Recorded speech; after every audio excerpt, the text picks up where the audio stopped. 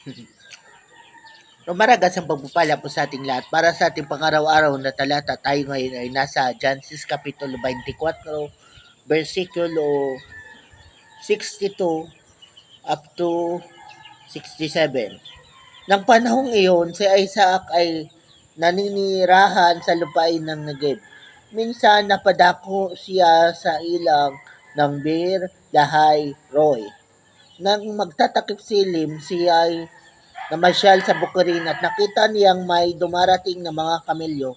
At tanaw ni Rebecca sa Isaac, kaya't bumaba siya sa sinasakyang kamelyo.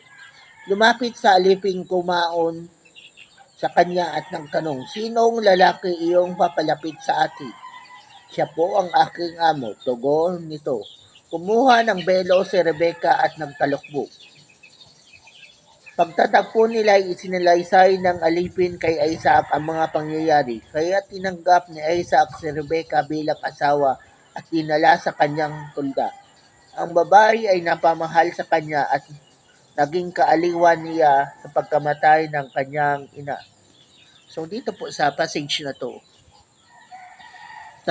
first time na nagkita si Isaac at si Rebecca. So mababasa natin dito na bagaman first time yun, naging na silang mag-asawa.